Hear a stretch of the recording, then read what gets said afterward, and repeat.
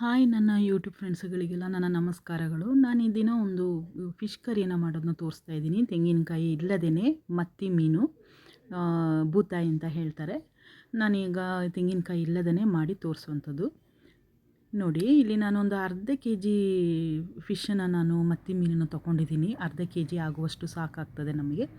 ಆದ್ದರಿಂದ ಇಲ್ಲಿ ಕ್ಲೀನಾಗಿ ಉಪ್ಪಾಕಿ ತೊಳೆದು ನಾನು ನೀಟಾಗಿ ಇಟ್ಕೊಂಡಿದ್ದೀನಿ. ಒಂದು 3-4 ಸಲ ತೊಳಿಬೇಕು.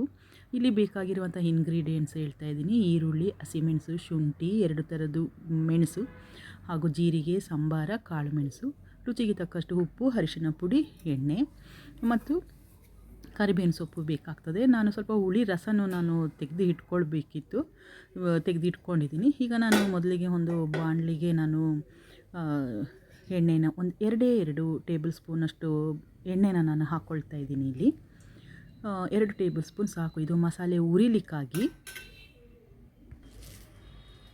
ನೋಡಿ 2 ಟೇಬಲ್ ಸ್ಪೂನು ಹಾಕಿ ಇದಕ್ಕೆ ನಾನು ಸ್ವಲ್ಪ ಮೆಣಸನ್ನು ನಾನು ತೆಗೆದುಕೊಂಡಂಥ ಒಂದು 5-6 ಮೆಣಸು, ಇದು ಖಾರ ಇದೆ, ಬ್ಯಾಡಗಿ ಮೆಣಸು ಹಾಗೂ ಗುಂಟೂರು ಮೆಣಸನ್ನು ಎರಡನ್ನೂ ಮಿಕ್ಸ್ ಮಾಡಿ ನಾನು ಹಾಕ್ತಾಯಿದ್ದೀನಿ. 6-8 ಹಾಕ್ಬೋದು, ಖಾರ ಬೇಕಂದವರು ಜಾಸ್ತಿ ಹಾಕ್ಕೊಳ್ಳಿ. ಇದಕ್ಕೆ ನಾನು ಧನಿಯಾ ಕಾಳನ್ನು ಹಾಕ್ತಾಯಿದ್ದೀನಿ. ಇದು ಒಂದು 2 ದೊಡ್ಡ ಟೇಬಲ್ ಸ್ಪೂನಲ್ಲಿ 2 ಟೇಬಲ್ ಸ್ಪೂನು ನಾನು ಧನಿಯಾ ಕಾಳನ್ನ ತೊಗೊಂಡಿದ್ದೀನಿ.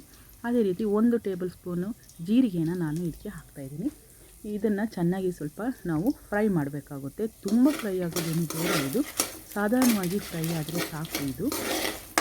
ನಂತರ ಮತ್ತು ಲೋ ಫ್ಲೇಮಲ್ಲಿ ಇಟ್ಟು ಕೂಡ ನಾವು ಇದನ್ನು ಫ್ರೈ ಮಾಡ್ಕೊಳ್ಬೇಕು. ಅದೇ ರೀತಿಯಾಗಿ ಈಗ ಕಾಳು ಮೆಣಸನ್ನು ನಾನು ಇಲ್ಲಿ ಒಂದು 8-9 ಕಾಳು ಮೆಣಸನ್ನು ತೊಗೊಂಡಿದ್ದೀನಿ.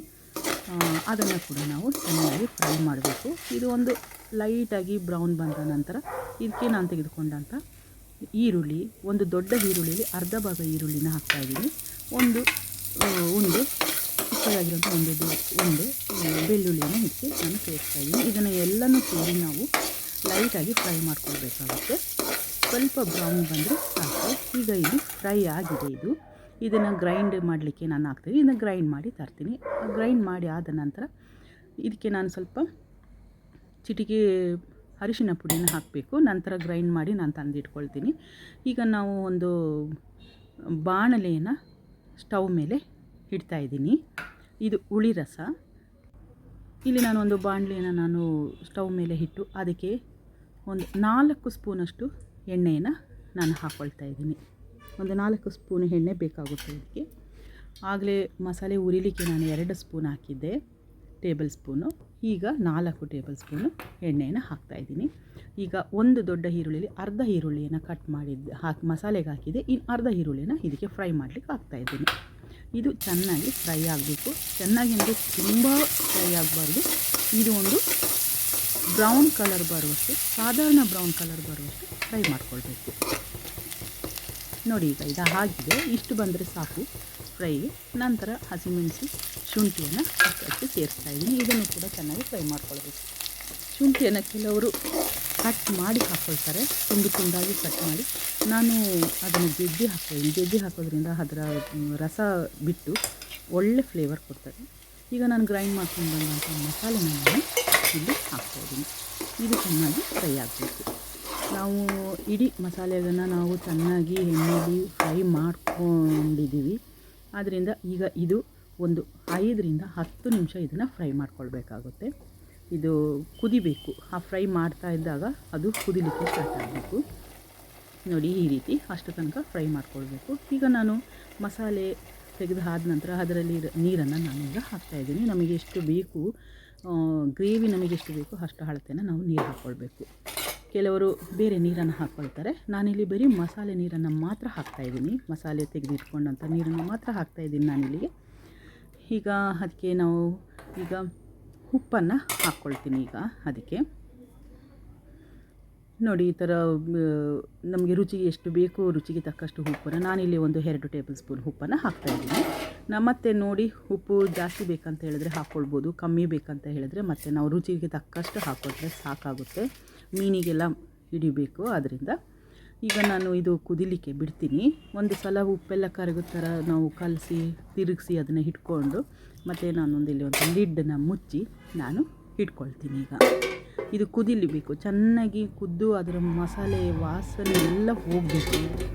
ಹಾಗೆ ನೋಡಿ ಇಲ್ಲಿ ಕುದೀತಾ ಇದೆ, ಚೆನ್ನಾಗಿ ಕುದೀತಾ ಇದೆ. ಈಗ ಕುದಿಯುವಾಗ ನಾನು ಹುಳಿ ರಸನ ನಾನು ಮೊದಲೇ ತೆಗೆದು ಇಟ್ಕೊಂಡಿದ್ದೆ. ನಾನು ನಿಮಗೆ ಅದನ್ನು ಫಸ್ಟಲ್ಲಿ ತೋರಿಸಲಿಲ್ಲ, ನಾನೀಗ ತೋರಿಸ್ತಾ ಇದ್ದೀನಿ. ನೋಡಿ ಹುಳಿ ರಸನ ಸ್ವಲ್ಪ ಒಂಚೂರು ಹಾಕ್ಕೊಳ್ಬೇಕಾಗುತ್ತೆ. ಈಗ ನಾನಲ್ಲಿ ಒಂದು ಲಿಂಬೆಹಣ್ಣು ಗಾತ್ರದ ಹುಣಸೆ ಹುಳಿನ ತೆಗೆದು ನೀರು ತೆಗೆದು ಇಟ್ಕೊಂಡಿದ್ದೆ, ಅದನ್ನು ನಾನು ಪೂರ್ತಿಯಾಗಿ ಹಾಕ್ತಾಯಿದ್ದೀನಿ. ಮೀನು ಸಾರಿಗೆ ಚೆನ್ನಾಗಿ ಉಳಿಬೇಕಾಗುತ್ತೆ. ಇದಕ್ಕೆ ನಾನು ಟೊಮೆಟೊ ಹಣ್ಣು ಹಾಕ್ತಾಯಿಲ್ಲ, ಬರೀ ಹುಳಿಯಿಂದ ಮಾಡುವಂಥದ್ದು, ಇದು ಹುಳಿ ಹಾಕಿ ಮಾಡುವಂಥದ್ದು. ಈಗ ನಾನು ಒಂದು ಮುಚ್ಚಳನ ಮುಚ್ಚಿ ನೋಡಿ, ಇದು ಆಯಿತು, ಕುದ್ದಿದೆ.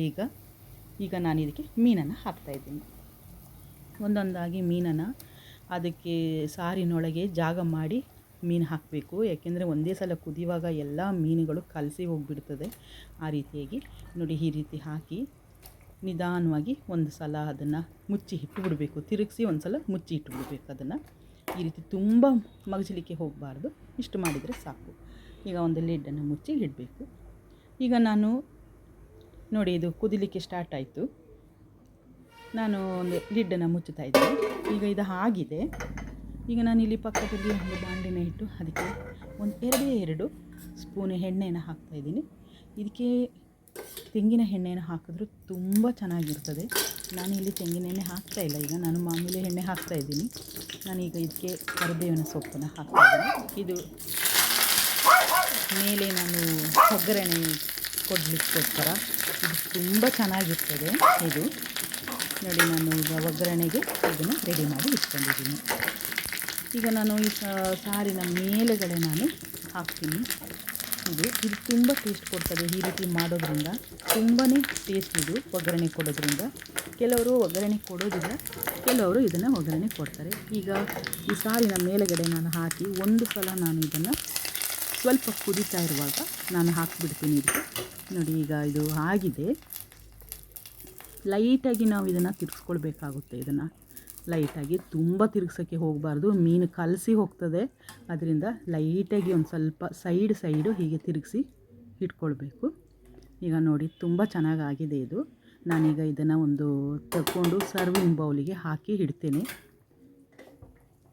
ಈಗ ನೋಡಿ, ಇದಾಗಿದೆ. ಸರ್ವಿಂಗ್ ಬೌಲಿಗೆ ಹಾಕಿ ನಾನು ಸರ್ವ್ ಮಾಡಲಿಕ್ಕೆ ಇಡ್ತೇನೆ.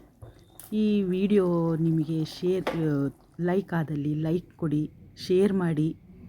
ಯಾರು ಸಬ್ಸ್ಕ್ರೈಬ್ ಮಾಡ್ಕೊಂಡಿಲ್ಲ ಅಂತ ಹೇಳಿದ್ರೆ ಸಬ್ಸ್ಕ್ರೈಬ್ ಮಾಡಿ.